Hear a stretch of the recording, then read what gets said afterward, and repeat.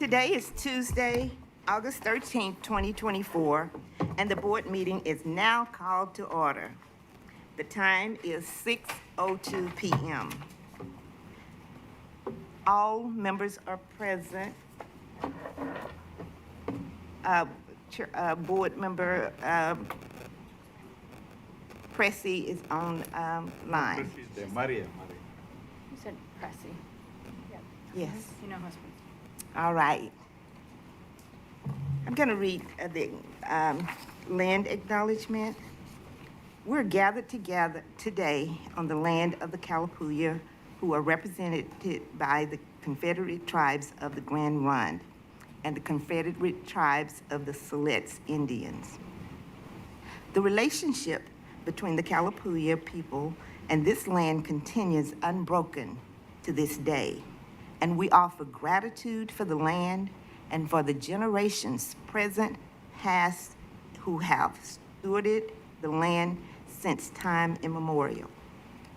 We respectfully acknowledge and honor past, present, and future Native American and Indigenous students and staff of Salem-Keizer Public Schools. We invite you to join us in honoring these ancestral grounds and celebrating the resilience and strength of all Native American and Indigenous people. Thank you. Will you please join me in the pledge? I pledge allegiance to the flag of the United States of America and to the republic for which it stands, one nation, under God, indivisible, with liberty and justice for all.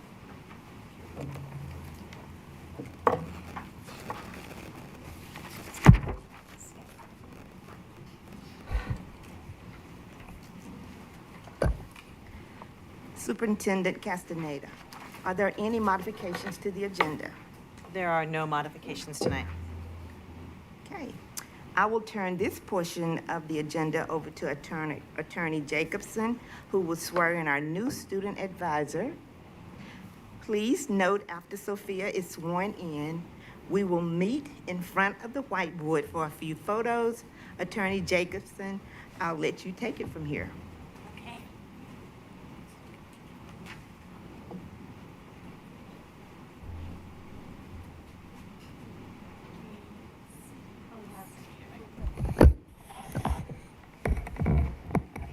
Hello. Hi.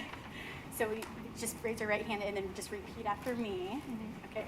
So I, Sofia Castellanos del Rio, I, Sofia Castellanos del Rio, as a student of Salem-Keizer Public Schools, as a student of Salem-Keizer Public Schools, and as the appointed student advisor to the school board, and as the appointed student advisor to the school board, do hereby affirm my commitment do hereby affirm my commitment to represent all students to represent all students and bring the voice of all students and bring the voice of all students to the school board. to the school board. Congratulations. Thank you. You gonna take pictures? Is it all going? Yes. Oh, wow. You should take them in front of that.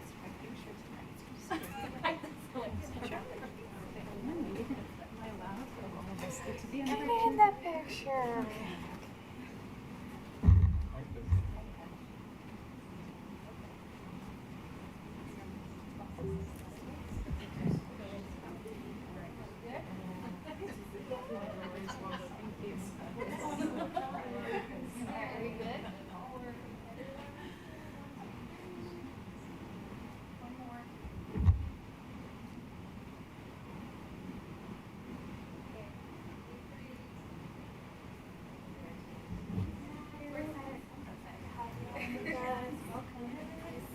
It's like official.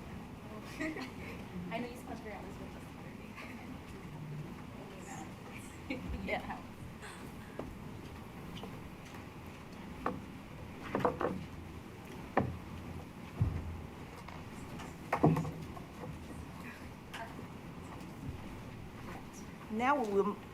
Now we will move to the superintendent's report.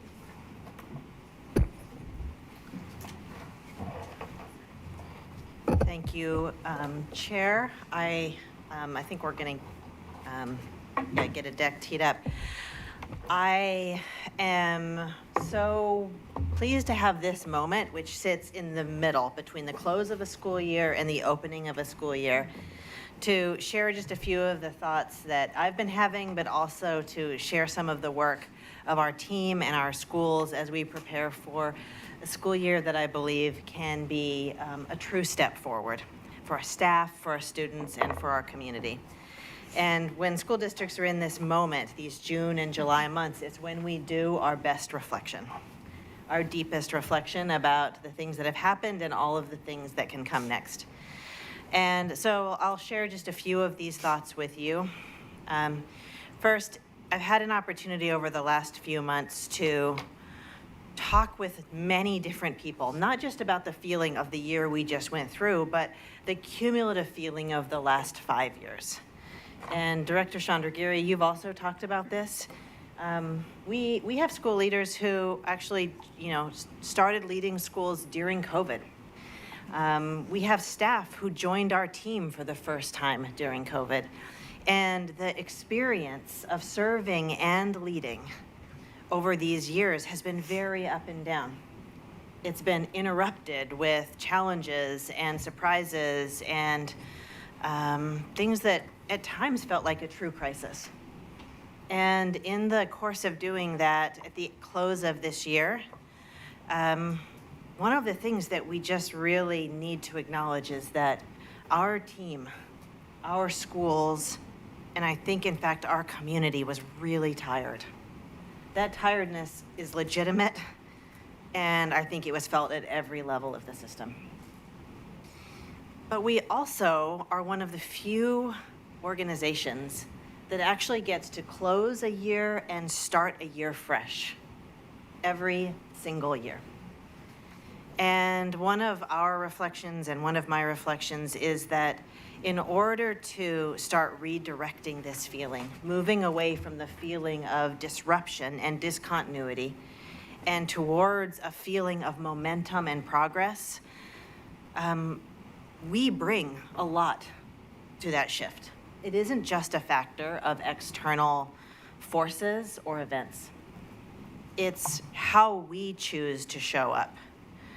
And this is the way that we've been thinking and talking about our leadership responsibilities now and through the start of the school year. And what I'll share here is a very simplified version of what I've spent most of the summer thinking about. The year that we just passed through, if there was a subheadline for it, I think it might have been "Hard Things Are Happening." And it's almost every time we showed up, we were talking about another hard thing. We had to go through those. But we have a chance now to reset the story of our year, of our schools, and of our community. And it acknowledges that hard things will continue to happen. They will. But they are not the core of who we are. We are not an organization that has hard things happen. We are an organization full of hope, a true commitment to excellence, and a belief in our community, whatever size we measure that in. It could be our classroom, it could be our neighborhood, it could be our school, it could be our cities. And so this is the way that I'm framing my own thinking. This is the way that our team is framing our thinking.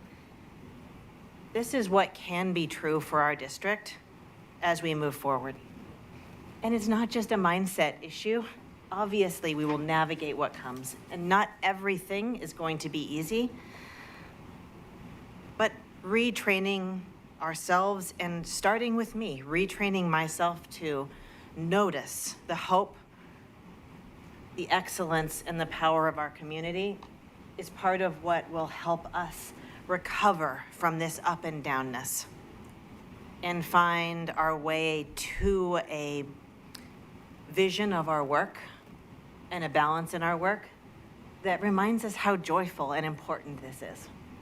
I think this can be true, and I think that it is something that will start with all of us individually, and most importantly, and now our leadership team. There are going to be four priorities for this school year, and we want to preview them for you all here. These are the priorities, not that will define all of our work, but these are the priorities that help us recover from the up and downness by identifying a few things that are within our span of control that will really matter for the success of our students in our schools and allow us to stay anchored on excellence, hope, and community. So first, going along with the work you all did at the retreat, we have our team, Deputy Superintendent Cobb and Danielle Neves, who will join us in about a week and a half, organized and ready to support our school leaders in one clear instructional priority per grade span.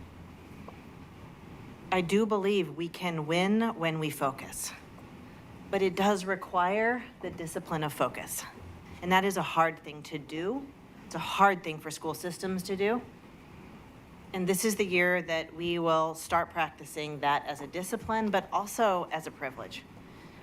Elementary will be focusing on third grade reading, and in fact, I would say more generally, high quality early literacy. Middle school and high school are going to be focusing on a really thoughtful introduction of new core curriculum. And that contributes to our on-track numbers and our graduation numbers. But the other reason that the curriculum work matters is that, as Director Hudson has often reminded us, we are at the beginning of a lot of curriculum adoption. And this is our opportunity to do it in a way that is thoughtful and intentional, it's clear, and it's accessible and reasonable for our schools and staff. It's going to take us practice to do that. And this is a year where we really start focusing on the question and the discipline of doing it well and doing it thoughtfully. We also are going to be focusing on special education and behavioral health. There is always work to do there, but there is certainly work to do there now. And that's going to be making sure that our district maintains our commitment to excellence, our commitment to inclusion, but also getting our systems to a point that they respond to the needs of families, of schools, and of staff. We do need to add greater clarity and transparency and change the nature of our response in order to serve our students especially as well as we want to.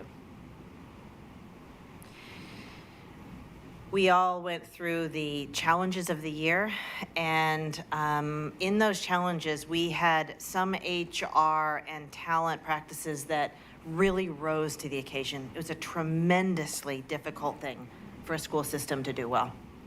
I would argue one of the hardest things that a school system can do. And at the close of that, there's a surprising contradiction that I'm ever more aware of. First, the close of our reduction in force ended better than I could have ever hoped for if we just look at the numbers. If we just look at the numbers, we have no licensed staff on recall anymore. Everybody who wanted a job has been offered a job and placed in our system. We have around 45 classified staff who are still on recall, and we hope to bring them back into our system. And almost 90% of our staff stayed in the building that they started in or the department that they started in. That is in contradiction to the way the experience felt. Something can end well and not feel good. And what we learned in that is that we have work to do on core HR systems so that they're strong enough to withstand the pressure of something like a reduction in force.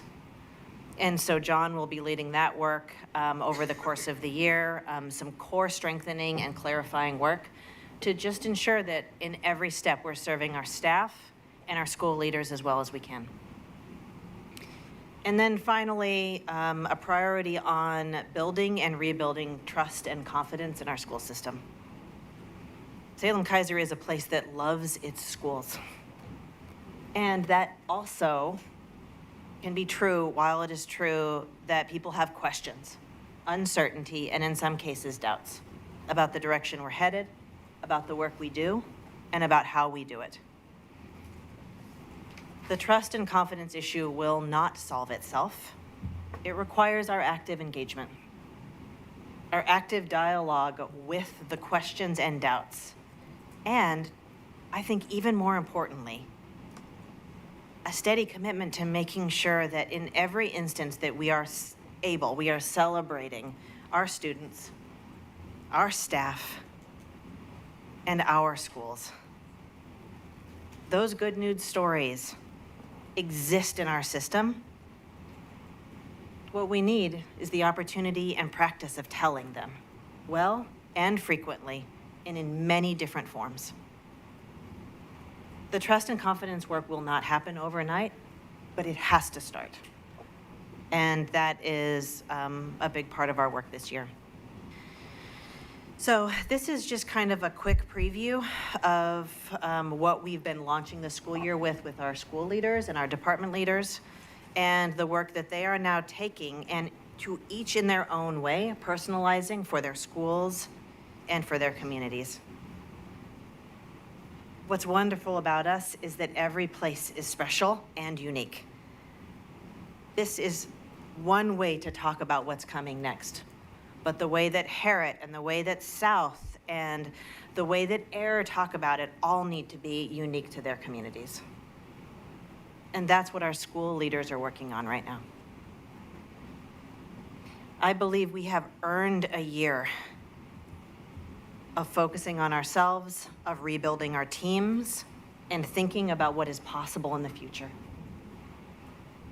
We will not have to reduce our workforce again. We made the reductions we have to do. This year, we need to focus on rebuilding and building towards what is possible. And with that, I think I will turn it back over to you, Chair.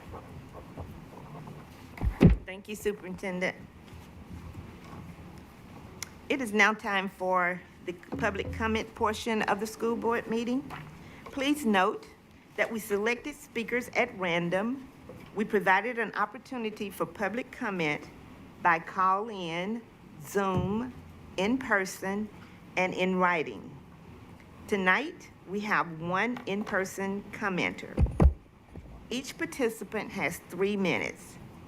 Electronic mechanisms are used for translation.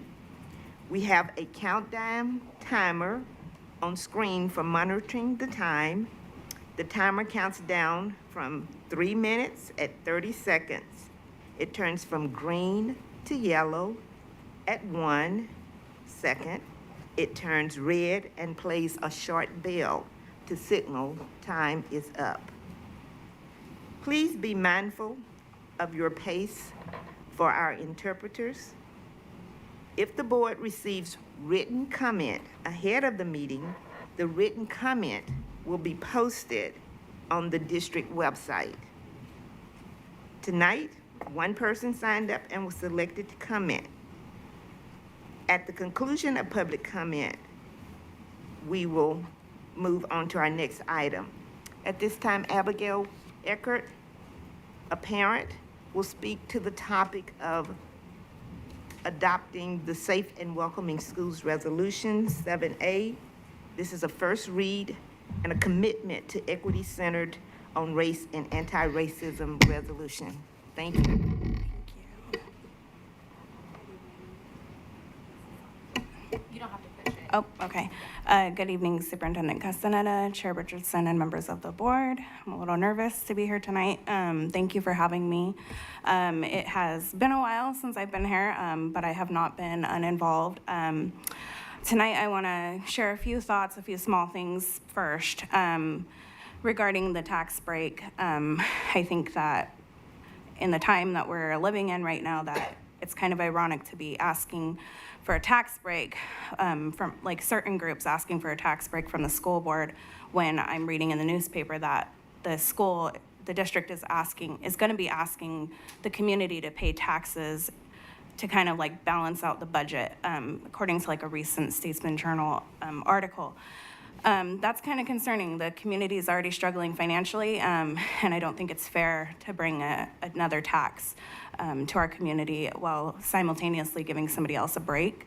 That's just my viewpoint on that, especially after we laid off quite a few teachers. And to speak to the emotional toll, I got to witness this firsthand. I took a temporary position at my child's school this school year. And it was a big eye-opener. Of course, I'm speaking tonight as myself as a parent. From a parent perspective, I saw a lot of things that really concerned me. I had heard, that there had been situations before where students threw apart classrooms, but I actually saw it for myself for the first time. I got threatened, I got swung at. It was quite shocking, to be honest. I volunteered at my kids' school since my daughter was in kindergarten, and I've never seen anything like that firsthand, but of course, when you're there all the time, you see everything that goes on. There's a real lack of discipline. There's no consequences.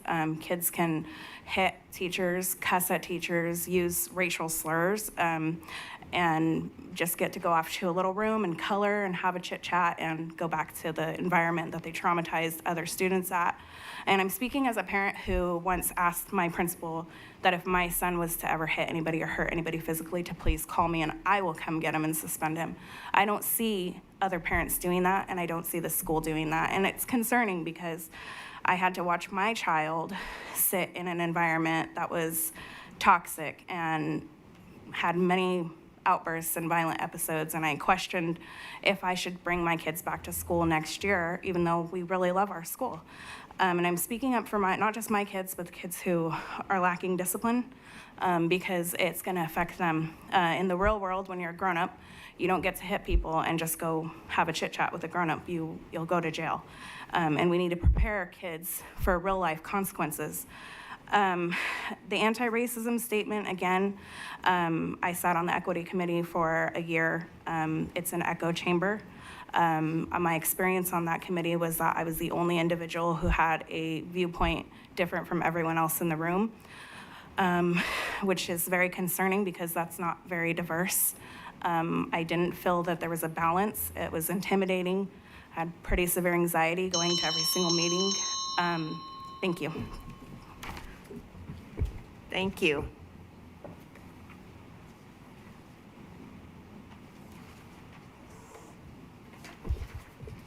At this time, we'll go to the consent calendar. Superintendent Castaneda.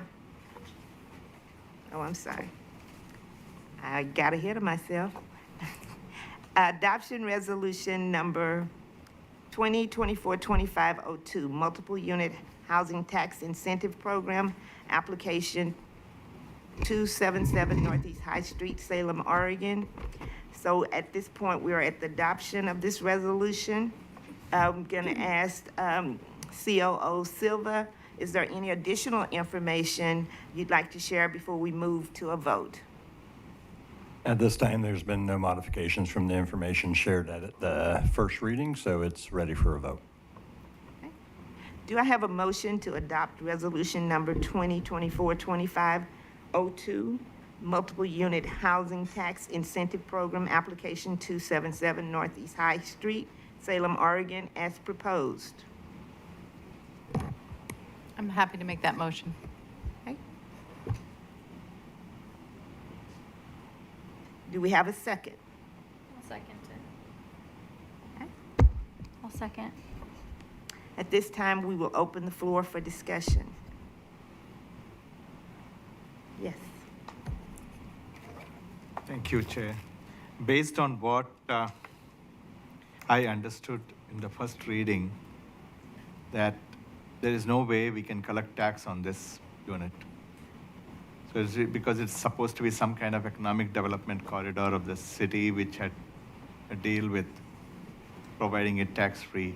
So it's not going to really add to our revenue either way, whichever way we vote.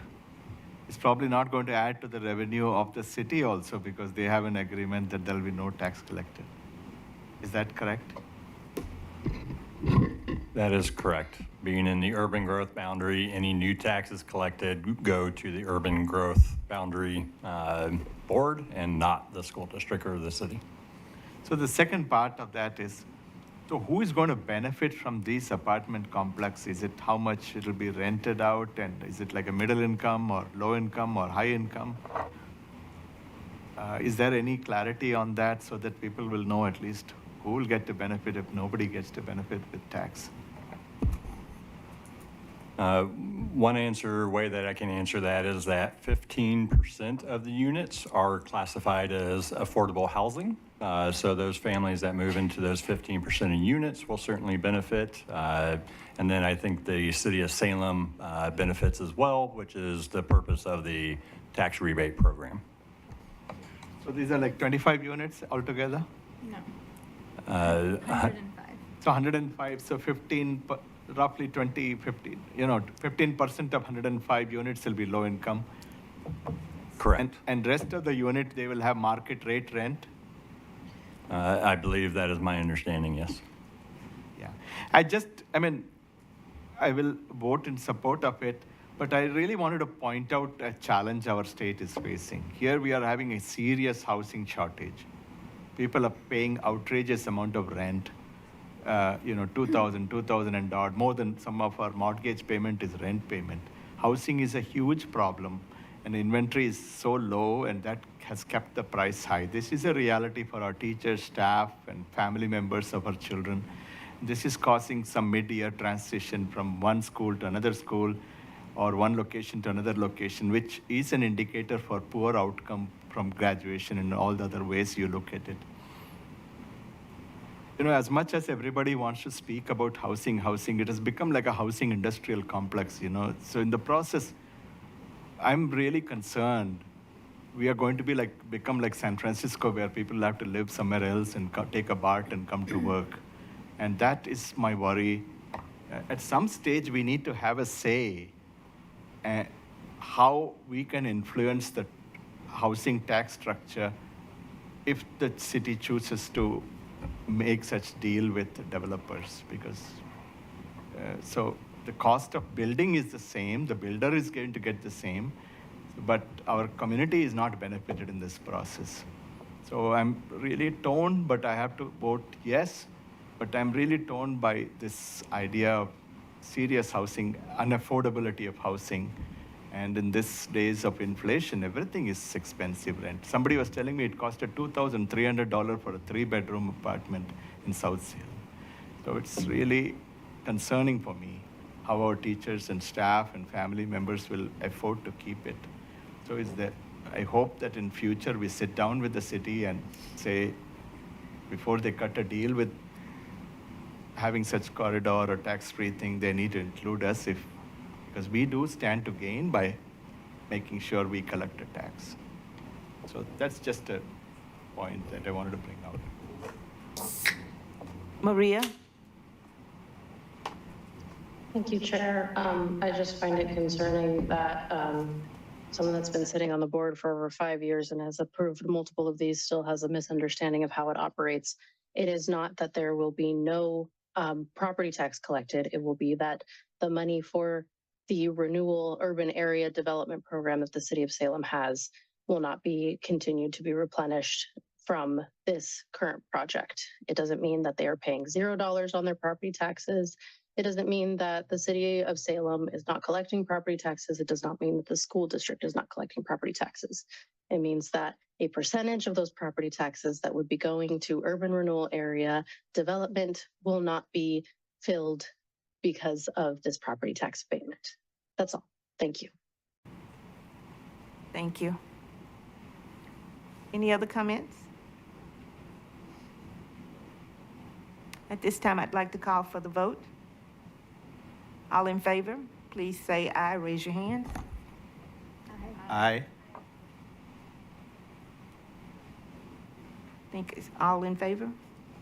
I would like to abstain from the vote. Thank you. One abstention. Oh, where did she go?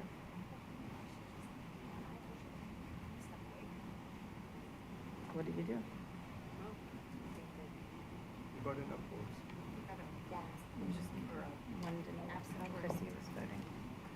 Okay. Hang on a second. What shall we do in this? You could just mark Director Hudson absent for this Okay. vote. Okay, thank you. So the vote passes.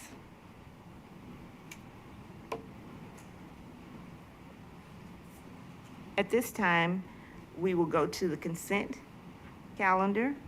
Superintendent Castaneda, do you wish to provide any further review or of any items on the consent calendar?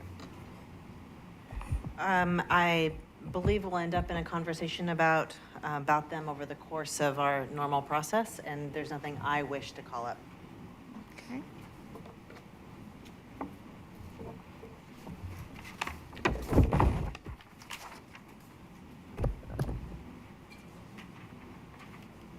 All right. At this time, I'll take a motion for the consent calendar, yes. I, I didn't hear you. yeah.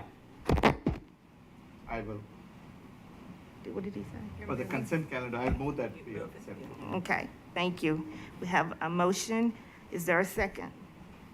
I'll go ahead and second that, Chair. Thank you. All in favor of the consent calendar, the entire consent calendar, please say aye and raise your hands. Aye. Aye. Aye. Okay.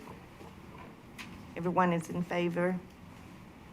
Thank you very much, so it passes.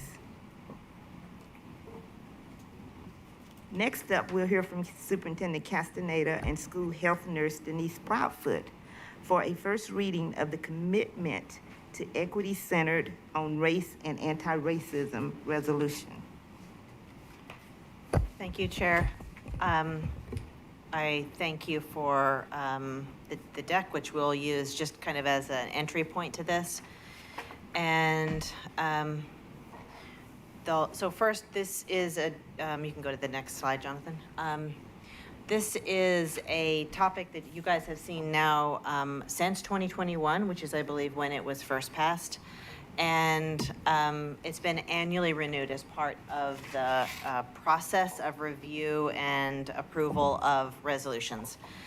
Over the 23-24 school year, our equity team combined with our Safe and Welcoming Schools team came together around the project of reviewing and offering thoughtful recommended revisions to this resolution. And I really want to acknowledge and thank them for that work, because it was something that our two speakers here who participated, Denise and Sophia, will be able to tell you more about. I was able to join for a few of those meetings. It was a thoughtful, lengthy discussion about, I think it is fair to say, virtually every portion of this resolution. And I believe that in their work, they offer it as a generous service to the board, because this is indeed a resolution that is intended to reflect the moment that we're in and the way that this body chooses to project its values and to lead. The work that they have done here and the parts that I was able to watch really focused on a discussion of the words that were there and the intent of the group related to the commitments and promise that those words communicate. I believe that Sophia and Denise will be best situated to talk about the process and the experience. And this is an opportunity for the board to take under careful consideration the generous offer of the committee in sharing their best thinking for a document that obviously matters greatly to this body and to our community. So with that, I'm going to turn it back over to the chair and allow her to direct the conversation and engage in all of the discussion with our guest and with our board. Okay. Tonight is the first reading. We will take motions and actions on this item in September. So we are now open for discussion. And thank you for being here. Yeah, I wonder, Sophia, if just kind of in deference to the power of student voice, if you were wanting to talk and just first, and to our process, as we've been invited to do. Hello.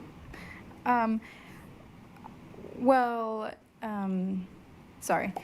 On the equity board was an interesting experience to be on as a student, not only because we joined late, but because it was only myself and another student, not counting the past two current student advisors, when they attended the meetings. I must say that I didn't even know that we had resolutions like that. I didn't know that was a thing that the board did. It was interesting to look at it knowing, I'm sorry, I'm trying to find the words. It was interesting looking at it before and after I knew the context of when it first came out. Because when we were first reviewing it, it was kind of just reading through it and seeing what language kind of didn't sit well currently or how we think it wouldn't sit well in the future to any student or individual that would be reading it. And then knowing later on, rereading it again, that it came out like after the whole George Floyd and BLM that happened in 2020. I'm sorry, do you want to take it over and I'll come after you? Sure, totally. I'm sorry if I put you on the spot there. Really, I respect Sophia's voice so much. So, yeah, I think we as a little closer. Yeah.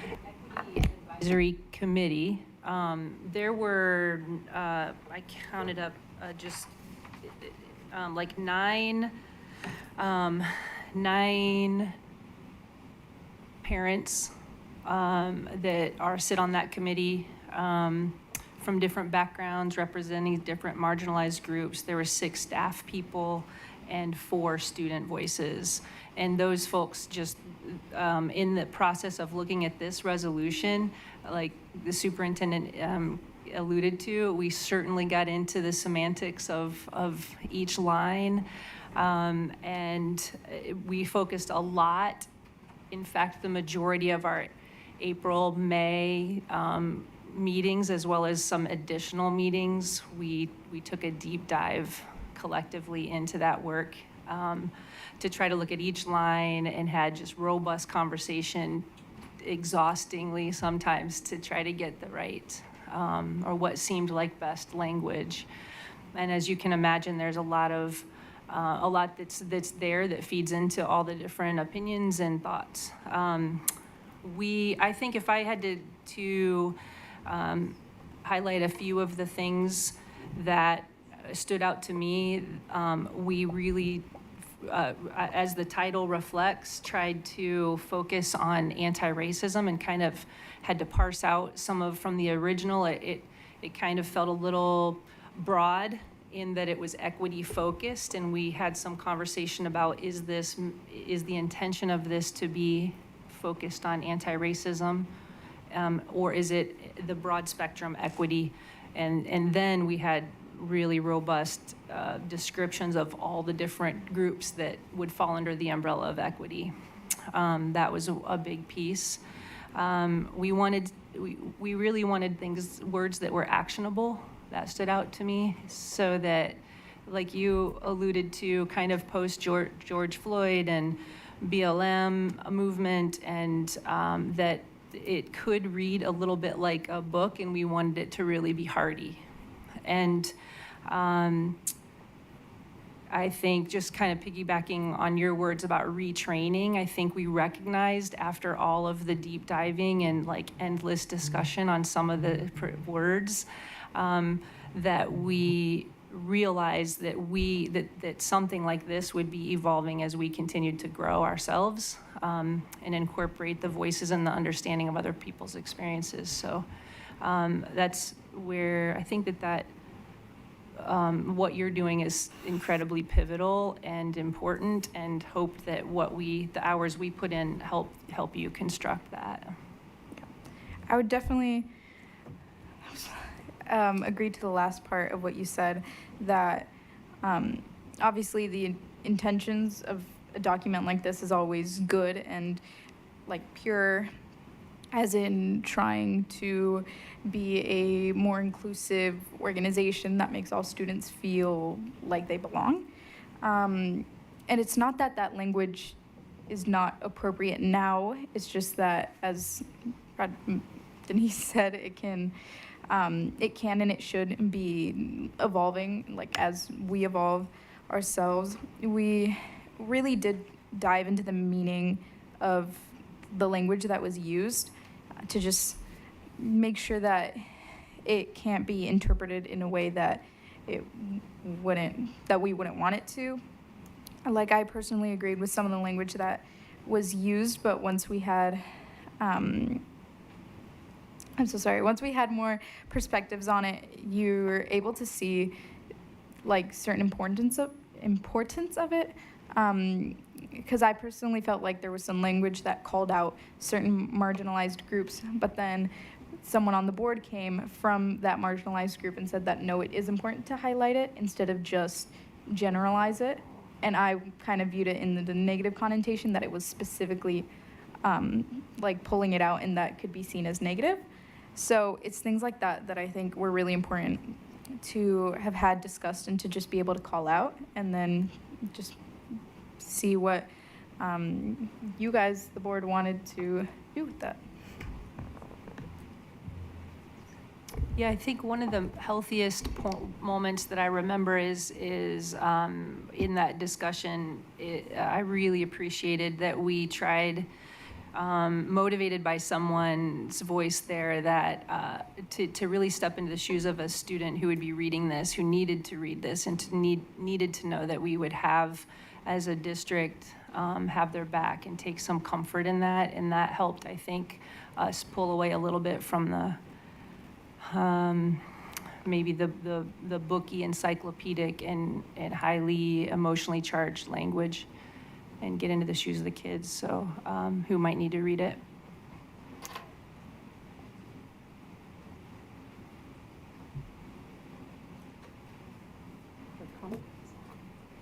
Any other discussions, questions? Yes. So I thank you for all of the work and time and hours that you put in.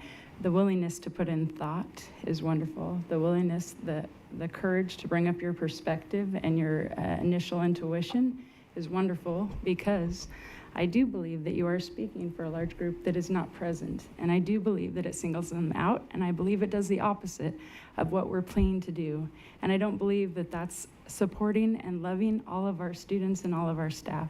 I understand that there's a majority that's going to vote this in, so it's going to pass regardless, but I'm just going to be a voice for how I feel and how I feel for those littles and that staff, that I can't get behind this verbiage. So I think if we're going to say it, it should be across the board, and it should not be tolerated, and there should be consequences. So I could go on, but I won't. I think that my stance is clear. So thank you for your time. Thank you. Thank you. Thank you. Good job. Yes. Yeah, I don't know if this mic will work. Is it clear? Yeah, thank you, Chair, and thank you, Denise. It's so nice to see you, and thank you, Sophia, for working in this. It is a tough undertaking you guys have done. Amazing. We are dealing with a 400-year story, and you all have done a good job of tackling it. And I really appreciate. This is, by definition, it's bound to bring up all kinds of feelings and emotions, and bring out the wounds of the history and the contemporary world. And at different points in time, each one of us have entered this story. So there's a multiple entry point.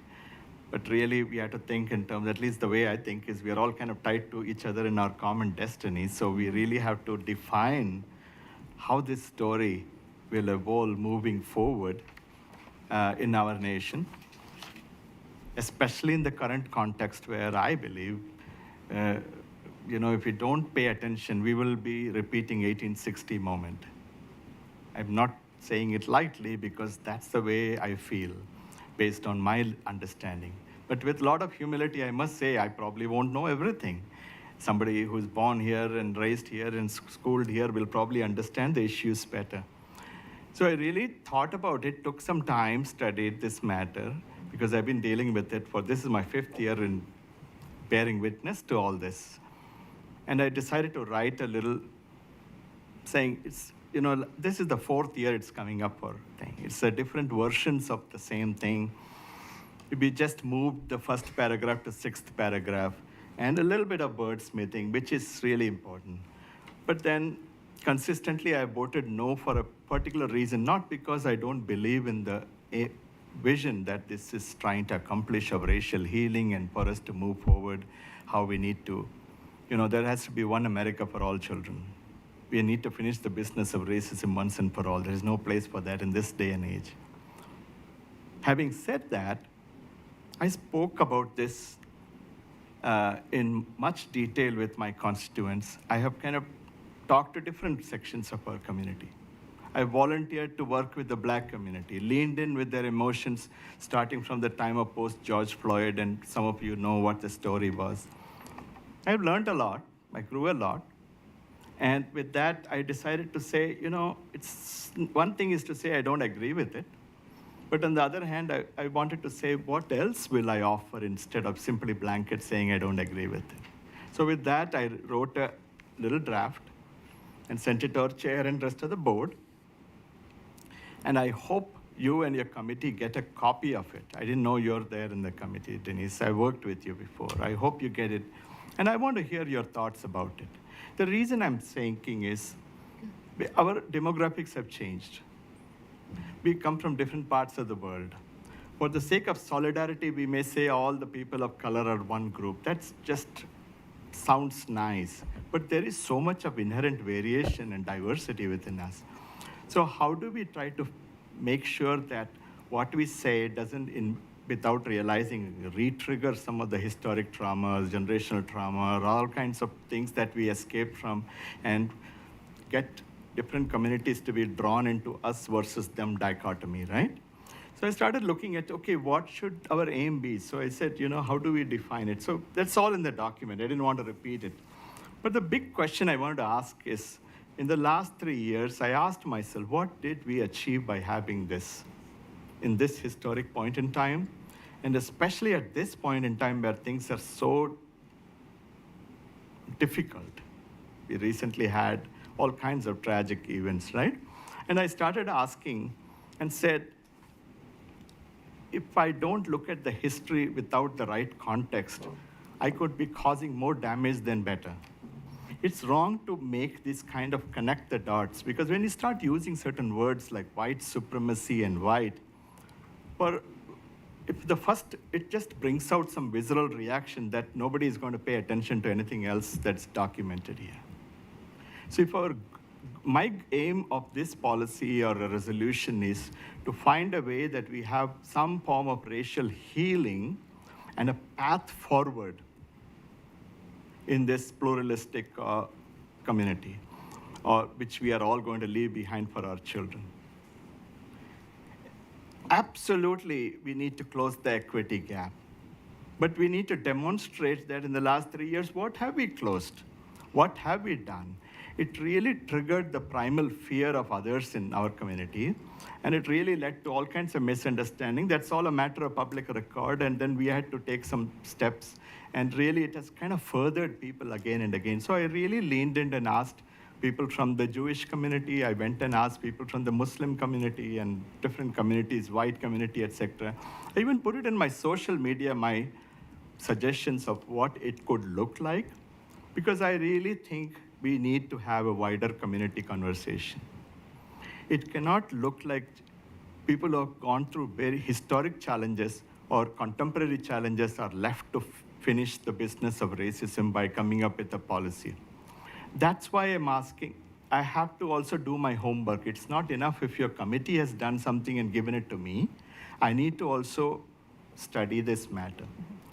And I also need to tell my children, look, we had a very bloody history. It is our shared history.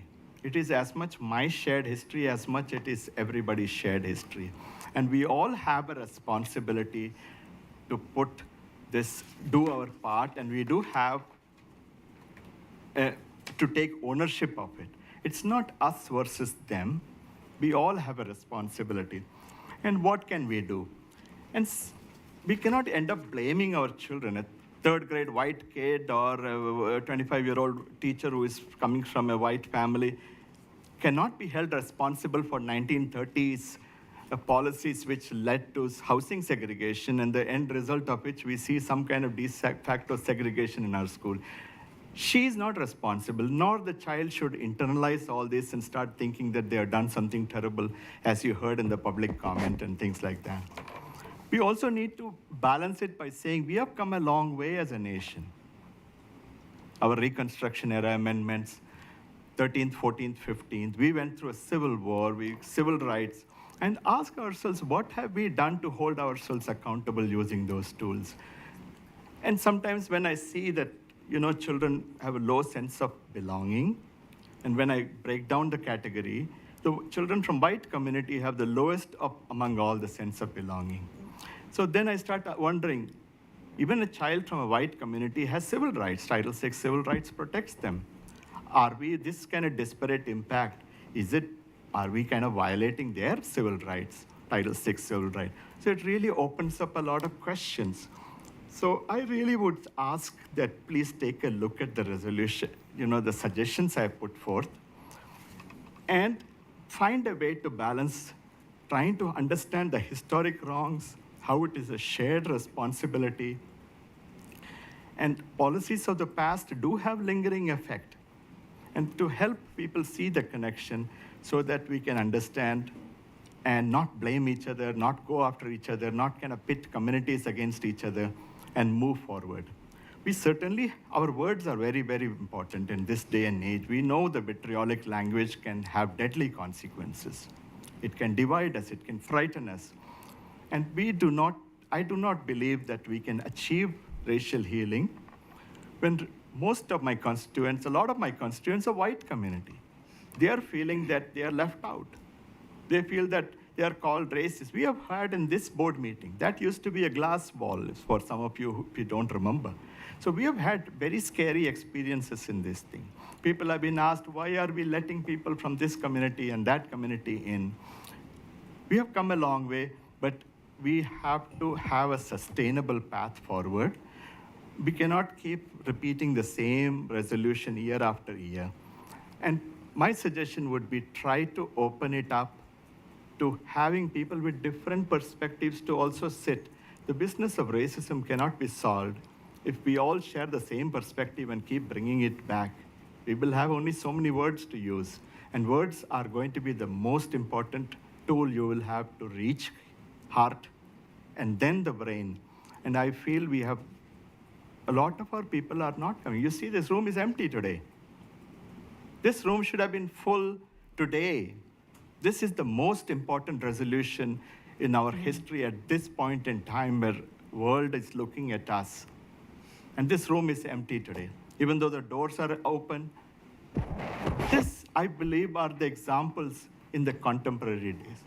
Some of my fellow directors, children receive death threats because when you start repeatedly using certain words, it primes people to dehumanize each other. That is not the way we can achieve racial healing. At this time, a point of order, please. Sorry. I want to thank you for all of your discussion, but I want to also make sure other people have an opportunity to share. All right, please. Sorry about that, Chair. And Chair, if I could actually just do one quick procedural thing. Denise has joined us and she participated in the committee, but what I really want to do is ask that this discussion is one that is really directed to the board members themselves. I think that many important topics are going to get raised, but what I want to emphasize is that the committee did work to serve the board and to support the board. I don't believe it's the committee's responsibility to answer the questions that the board may have about differences in opinion on content or word choice. I believe your comments were directed to everyone, but I just wanted to make sure that that felt clear to the body. Thank you. Any other board members have any questions or comments? I will, if I may. Okay. Chair. Thank you, Superintendent. I do want to say thank you, Sophia. Thank you, Denise, for being with us, for sharing your perspective and your contributions to the revisions to this resolution. I am a believer in sharing power, right, and recognize that even as a brown woman, I hold a lot of privilege. I don't live in white skin, but I hold privilege in terms of, education and many other ways, and so. And I sit behind this dais, right? And so I recognize the power that holds and the responsibility that it also places on me as a member and a leader in community. And so the resolution clearly states, right, the importance of sharing power. And I do think that supporting it is an act of courage and of bystander intervention, just as it's stated and named in the resolution. It does not say, and I say this, to all of my colleagues here, that we don't support white, that we don't support Christian, or that we don't support wealthy children or families, but rather really states that we are affirming our commitment to anti-racism and our commitment to taking action upon the need and to take action to disrupt the systems of oppression that we know exist in our system and that exist in education all around, just based on how these systems were first founded. So that is my commitment. I will be supporting this resolution as it is brought forward. I recognize nothing is perfect, and I do think that there's always room for improvement, absolutely. And the times that we are in, they're continuing to change, and we are learners of the moment. We are learners of our environment and our experiences. And if this comes forward next year and we revise again, I will lean into what that looks like. But I do want to just say thank you to both of you, and thank you to everyone who was a part of that committee. I will be supporting the resolution as it's been brought forth. Yes, Lisa. I just want to say thank you to Denise and Sophia as well, and to everyone who was involved in this. I could see from your remarks and see from just how much heart went into this. And these conversations are so hard. And I can only imagine some of the language there and some of the passion that people brought forward. And what I love about what you have been able to create is probably the most action-oriented resolution of this kind that I have seen. And I think it does set forward a path for us as board members to be able to hold ourselves and the district accountable towards how we engage with students, with our staff, and with our schools. And so I just want to say thank you. I will be supporting this. And I can also tell that this is a work in progress, right? There is no perfect resolution of this nature. We are always learning, and we have to keep learning and creating places that foster that sense of belonging that we all want for our students and our staff. Again, I just want to say thank you, and I look forward to voting for this. Maria? Thank you, Chair. I definitely echo what Director Harnish has mentioned, is that this does feel very actionable and very action-oriented. And I really heard it when our student advisor, Sophia, was mentioning about the concerns of calling out specific demographics, but I think that's also the thing that makes this resolution all that much more powerful and actionable, is that it explicitly states that students of color are overrepresented in suspensions and expulsions in our schools, starting at middle school, and this impacts their ability to stay meaningfully engaged and graduate successfully. And we must directly address the overrepresentation of students of color in special education and the underrepresentation of students of color in talented and gifted in college prep programs. Like, each one of these lines are so meaningful, and I can tell were crafted with such care that genuinely it really does a disservice to this body, the people that worked on this resolution, and our students, to just get hung up on the first line and not listen and read and take in and absorb what is being said in this resolution. And that's, we know that years of poor policies and laws and biases and so many other things have created the systems that we are operating in today. And we cannot begin to dismantle those systems if we cannot name it. That is the first step. And that's why I fully support this resolution. Thank you. Ashley? So much of what I wanted to say has already been said. I'll echo my fellow board members in thanking the committee for reworking the resolution. I think what you've done is really, really thoughtful and meaningful to me. I think when we set out to create the first one, we did seek a lot of feedback. And I know for me personally, as a director, it has guided a lot of my work the last 3 years on the board. So, when we do resolve to do something as a board, I take that pretty seriously as an elected official. And so I think the way that it is words on a page, and I can understand why some people might feel like it's performative or not the board actually engaging on something, but I can give a few examples, and it doesn't mean that our work is done. Our work is going to be ongoing for decades. But we have done a lot in the last 3 years on this board that I think is actionable. We've greatly supported and expanded dual language. We have done the first ever tribal consultation with board directors and the leadership of tribes, which is true government-to-government consultation. We've improved sense of belonging for certain student groups, in particular some student groups of color. We've hired the first Latina superintendent of our school district. We've revised the expulsion policies to address exactly what Director Hinojosa-Pressy pointed out.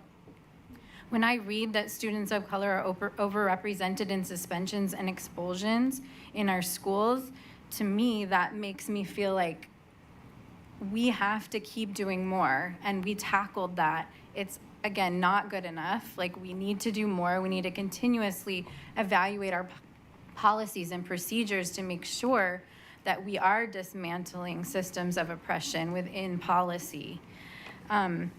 I can think of the establishment of the Equity Committee and having people appointed to that, the district participating in Indigenous Peoples Day and other events that recognize what have been historically marginalized communities. All of that work is the work of anti-racism. There's always more to do. I always have more to learn as a white woman with a lot of privilege. I think it's important to listen to the committee that reworked something to bring to us and to try to do better every day and to try to make sure that we dig into each thing that we do in the district to unpack the unintentional bias and racism that can exist in policymaking. Every year this has come up. Like, do I think anyone on our school board is a white supremacist? No. But defining what white supremacy is and making sure we affirm that we definitely are not that, I think is important to the community to hear. So I really appreciate it, and I appreciate the reworking so much and updating for the times. It's really important. Thank you, Ashley. Thank you, Chair. I just want our board and public to know I agree, there is nobody who is against achieving racial healing. There is nobody who is against dangerous forms of white supremacy like Nazi Germany or apartheid and things. No way we want anything like that. That's not what we are disagreeing. But when we use certain words in a way, we need to be also mindful of what it is doing, triggering. Because right now we are having such high spike in anti-Semitism, anti-Muslim problems in schools. Philadelphia Public School is under Title VI civil rights lawsuit. Berkeley School is under that. 50% of colleges, including Ivy League institutions, are struggling with this. And I don't want anybody to think that these are all the workings of some white supremacists who are doing that. No, people get caught up in these kind of very difficult emotional states, very difficult tragedies all over the world. And that's the way it evokes this kind of feeling, wanting to do something about it. But the net result is children from Jewish families are feeling scared, threatened. Children from Muslim families, including immigrant families, are threatened. Their voices matter. Their safety matters. Yes, we need to make sure there shouldn't be any war and harmful things to anywhere in the planet. But that does not mean that our children will have to go against each other here. We can all lend our thoughtful way of approaching this. That is really an example of what I'm trying to say. When we put all these things in people are going to make connections between the words. They're going to say, okay, white supremacy, anti-Semitism. And they see and listen in the television every day something else is going on. So we can't take bits and pieces of history and use it as a way this is like a false equivocation rather than trying to understand the whole context. That's what I'm talking about. This intention of this policy can be achieved by defining the inherent dignity of every human child that comes to our school, every family that comes to our school. A person from South Asia also has a dignity. A black family also has a dignity. A white family also has dignity. Once we have that kind of starting point and then we say how do we approach it, we can achieve the intent of this policy. We can achieve all that we are talking about, equity and trying to get that, without having to trigger and re-traumatize each other. Because moving forward, we can't use this. Two wrongs don't make it right. We can't use the same formula that got us here of divide and rule, one group being given more resources than the other group. That's not the way it works. You know, the same formula that broke us can't be used to fix us. That's what I'm talking about. We can achieve this, and we need to have some level of cultural humility to say that single white mother is also struggling today. She cannot connect the dots in her head saying, why? And they come and ask me, am I a racist? Am I a supremacist based on last 3 years policy like this? Because they're not able to make those connections. And they're scared of the school. They're scared to come to these meetings. They're scared to sit in a committee or even apply for it. I had a white mother call me and say in the middle of my clinic saying, I want to tell you something about my child is getting harassed. But I said, okay. Then she says, I'm white. I said, you had no choice in the matter, just like I'm brown. But when she started saying, I'm scared to make a complaint, it really broke my heart and said, no, this is not right. This doesn't make any sense to me as an immigrant brown man. That's what I'm talking about. I'm not at all saying we should not address these issues. These are absolutely important issues. I agree with everything. These are all borrowed from different policies that already exist in our school. What is missing in this, I would say, we don't mention anything about civil rights violation, how to apply for civil rights complaint if you notice that. Don't you think our community should know when they have been wronged? A lot of people are walking around in this town not knowing what they don't know. So really, I want this to be a very strong resolution where people feel, and I want it to stand on its own, find a way to engage the community so that they feel they can participate without fear of being named, blamed, shamed, doxxed. We've had people getting scared to say you're a white fascist and a Christian and things like that. Thank you. These are the kind of things I'm talking about out of prevalent You've overextended your thing. time. Thank you. And I appreciate you. Thank you. Sharing your opinion and your perspective. Denise and Sophia, I can't thank you enough for being here, for serving on the committee, for being courageous, because that's what it is. It's being courageous and addressing the needs and the perspectives of all students, staff, community. We may have to agree to disagree. But our lived experiences are different. And hopefully we're addressing the lived experiences of all people in our resolution. And hopefully things will get better. Our schools are becoming more and more diverse, and that's the reason it is very important that we address these issues and make sure that all students, staff, parents, and community understand that we are knowledgeable of what we have experienced. And we are working together to make a difference and to make it better. Thank you so much. Thank you. At this time, we'll take a 10-minute break. Thank you very much.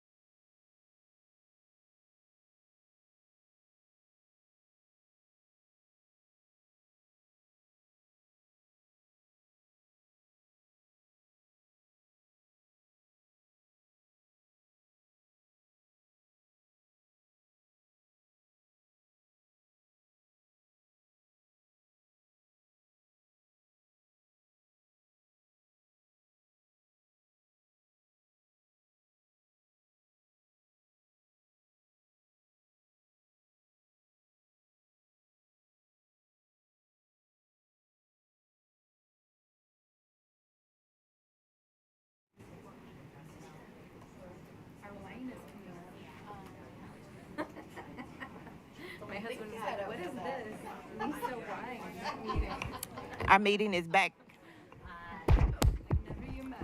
Our meeting is back into order, please.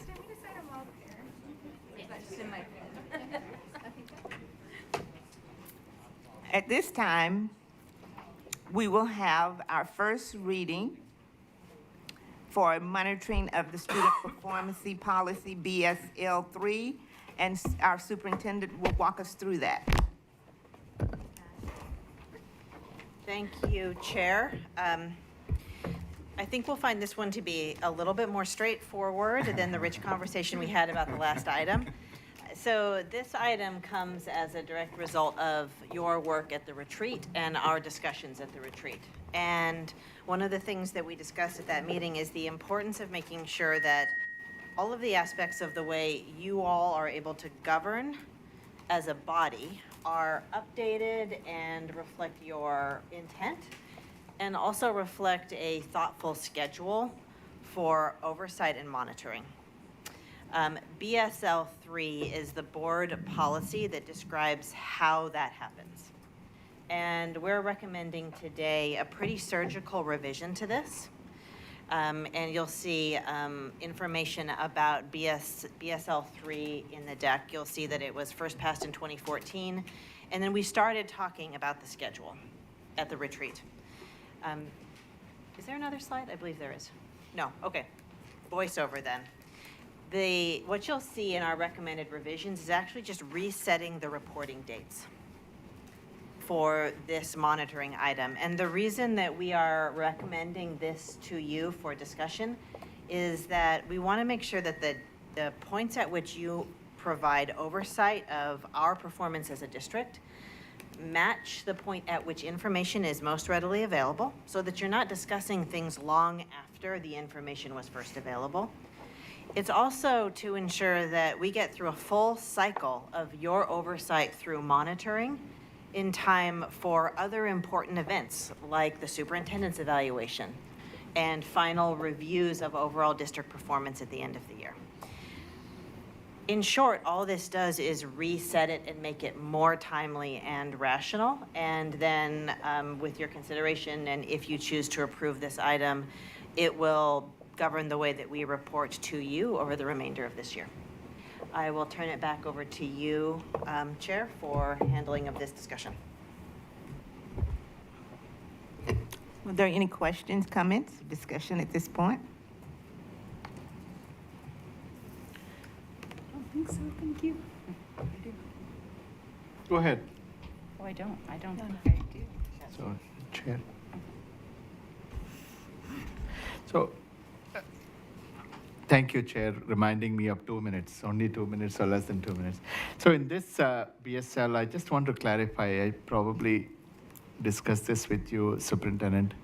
So we'll have superintendent evaluation the same year where the chair is elected, or the following year. That part I kind of forgot what you shared.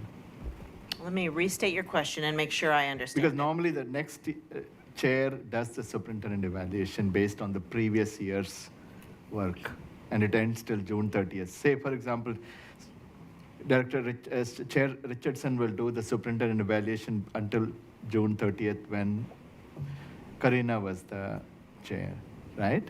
So is it like this will include the cadence of the superintendent evaluation remain the same, correct? The cadence remains the same. Excuse me, I'm going to get into your space a little bit. The cadence remains the same, but I think the issue that you're discussing is that many aspects of the superintendent's evaluation are based on academic performance that is from the previous year. There will always be that portion that flows in, from the previous year. I think that is inescapable because of the timeline of release of data. Okay. That's because the August is when the school, the ODE releases the data. The preliminary data, they actually don't finalize it until the fall. Okay. So thank you for reminding. Any other questions? Discussion? That was less than 2 minutes. You did real good, real good. I'm gonna sit you by me in a few minutes. Okay. Ashley? Just a question on, so on 4, it says, all policies that instruct the superintendent will be monitored on schedule and by a method chosen by the board. Is there any thought around, like, is this that schedule?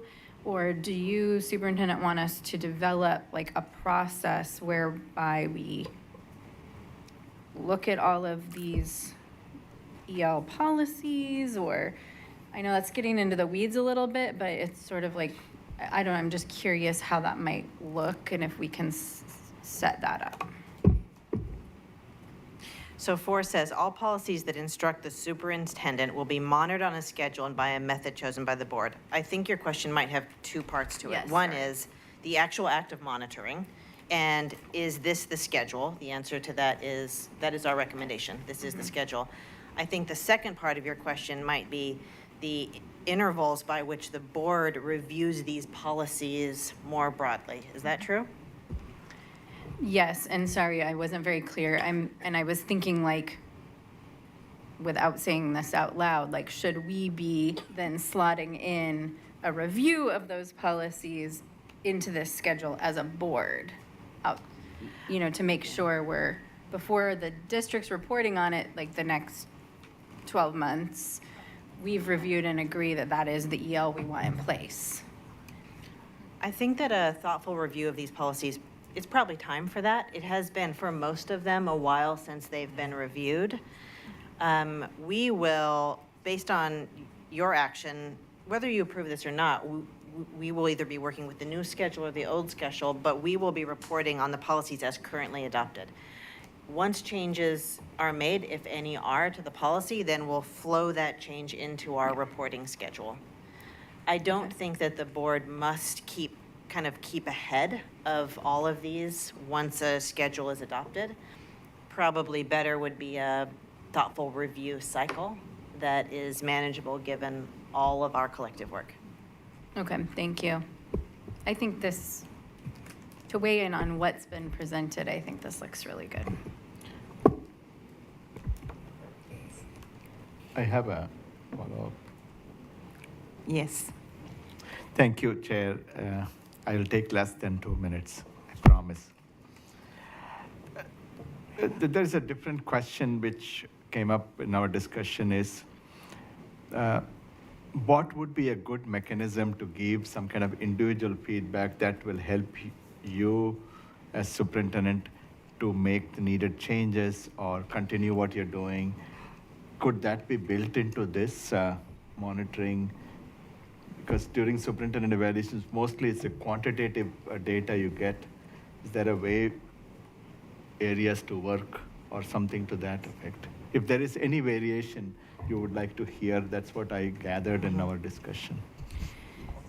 I think partially this question probably emanates from earlier conversations we've had in which I've shared with you, and I hope everyone how eager and grateful I am for feedback at any point. It probably wouldn't be in this document because this document lays out more of the procedural parts and is not about the tool itself. Okay, thank you.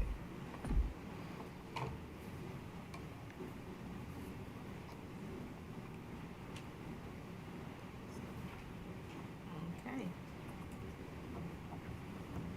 That was the first read, right?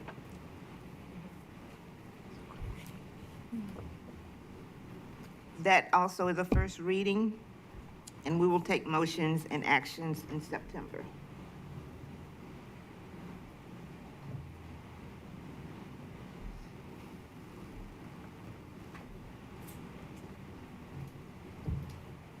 Now you're gonna do the student performance policy?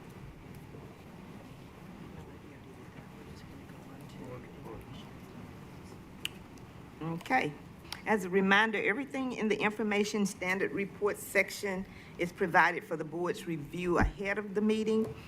Superintendent, is there anything that we need to add? Only in the spirit of hope, community, and excellence will I say, some of you were able to join summer graduations They are really an amazing event. They're full of pride and spirit. They really speak to the conviction and resilience of our students. And I love the fact that they are so energetic and sometimes even raucous, because that's what our students deserve, to celebrate that moment. This graduation report you see here, I only pull up to say, look at all of the excellent work that happened over the summer. And it is excellent work that our young people put in, and it also speaks to a tremendous commitment from our staff. Every single adult who was part of the summer graduation celebration was also part of the pathway to getting students across the stage. And there is a success story for each student and each adult involved. So I just extend to our schools and our students a lot of gratitude for the incredible work they put in. Thank you. Any more comments? I know some of our board members attended some of the graduations. Lisa? I would love to speak to that. I had the honor and pleasure of being at the summer graduation, and it was as heartwarming and raucous as you described. And I think I loved the rose ceremony, where each student then got a rose and were able to go and give it to somebody who made a difference to them. And certainly saw it being given to parents and loved ones, but what touched me is many teachers, I watched many teachers receive those roses as well. And I think that speaks to the amazing staff that we have who made it all really possible for those students. So it was an honor to be a part of it. I attended the summer graduation in Sprague. It was wonderful. It just touched my heart. There was no room to sit. It was standing. There is no air conditioner or whatever it is, but people stood there in addition to the rose, giving the rose, and it was so touching. It was so nice to see the joy and hope in each and every one of them. And teachers play a huge role. They were there. Parents and family members, some entire family, the whole joint family showed up, and the woman showed me a nice bouquet she made, and she allowed me to take a picture of that. So we saw so many people and such joy there. I also attended the OSBA conference, and I was the only one. Thank you, Chair and Superintendent, for supporting, and the board for supporting me to attend that. A couple of important topics I came up.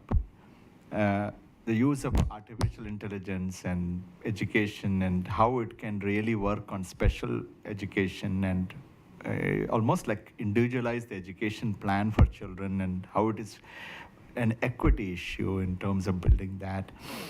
The second thing was on data. That was a big focus on using data to make changes in the schools, and that was very well attended. And I'm glad to see that how we have come long way in terms of using data.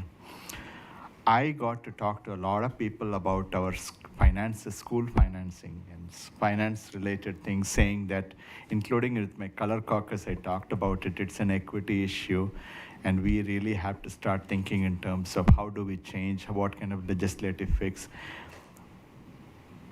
Incremental changes is not enough. It's time for us to think in terms of some kind of change in paradigm in terms of funding, because it's going to make a difference, and with everything going on. So there was good consensus. And also, I discovered that not every board director has a complete understanding of school funding and what it is, yet we are all asked to take a decision. And so that's the kind of dilemma. So there is a need for all of us to study this and get things. So OSBA is offering some webinars on school funding and how does that work. So just a few tips that I learned in this OSBA conference. So it was a timely thing. And we need to start advocating with our legislators, etc. That's what they talked about. They have 2 new people in the legislative and Thank you. lobbies. Thank So we've already transitioned to our board reports section of the agenda. This is where the directors and student advisors share work from formal committee assignments and activities of the board related to youth programs and school district activities since the last board meeting. Ashley, would you like to share anything? I don't have anything to share. Just have a question about because we're in the new year now with your new leadership as chair, just a question about how we might go about committee assignments this time and maybe re-looking at them. We were all so busy last year that I'm not sure the full board is clear on what all those assignments are and like the time commitment required, and then just getting hooked up with all the calendar invites and all of that, so that we can make sure that we're relieving you of that burden, Chair. Thank you. We will take care of that. Lisa, you have anything? I've already shared mine. Okay. Chrissy? I'm glad, just really quick, that we have the summer programs, because the graduation ceremonies anyway, or certification ceremonies, because I think that it's wonderful to give the kiddos one more thing to look forward to. I think back in my day, when I was in school still, we didn't have those yet. And I think for the kids that are just need a little extra, I think it gives them a lot of hope and extra push. I've seen it. I saw it in my little Missy this summer. So thanks for being there in that photo. It was nice. But no, there's truth in that. I think that it was so easy for a lot of my peers to give up. And that was so heartbreaking when I was a teenager. I thought, oh, I just wanted to rescue all of them and say, guess what? You know, just take one more step. So anyway, I think it gives them that, and I appreciate it. So thanks all for being there. Thank you. Sophia?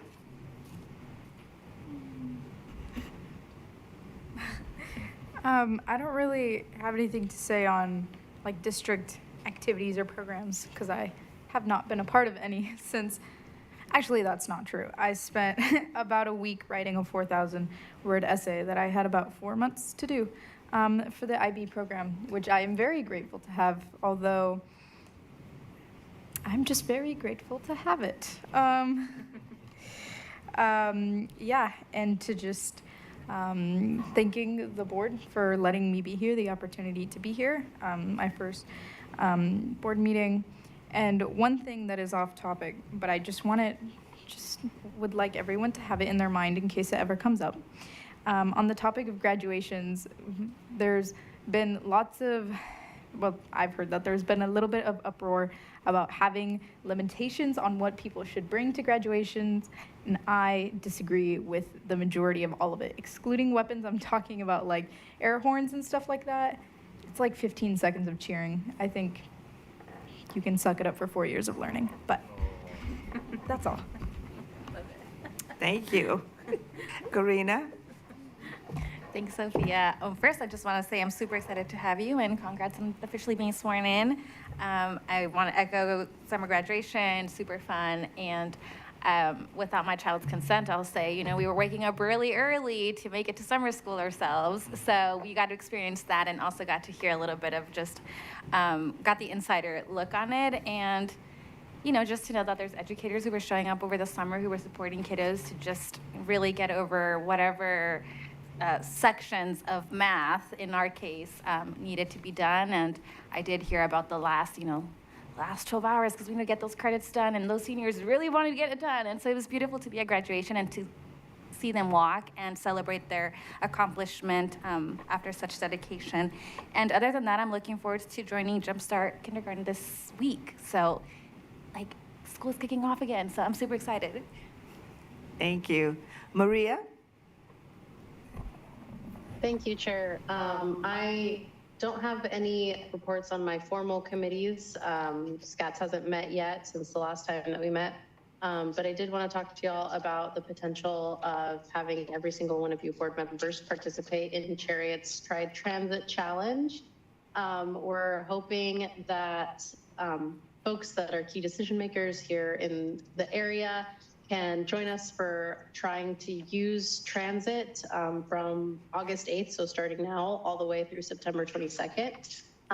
If our board members are interested, I can get you connected with some free day passes to help kind of facilitate getting started on trying the bus system and getting the feel for what it's like to navigate around town on a Chariots bus. And we would also love if you could share your experience on social media and hashtag Chariots and use the Try Transit hashtag as well, and continue to share the information of what it's like to use transit in the Salem area, and hopefully challenge any additional leaders that you might know to also participate. So again, it's from starting from now all the way through September 22nd. And board members, if y'all are interested, please feel free to reach out and I can get you connected with some day passes and some other information. Thank you. Did I get everybody? Sophia, I'll talk to you offline about graduations. I was a high school principal for 14 years. We'll talk about it, okay?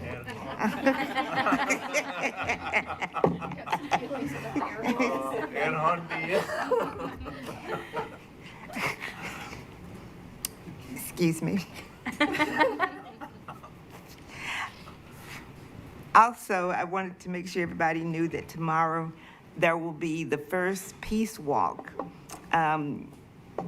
over at First Free Methodist Church. It will be at 7:00 p.m. This will be the first one. It will be our trial. We're working as a community, as a city of people, to try to bring peace and to put a stop to all of the violence that's going on in the city. So I'm looking forward to that.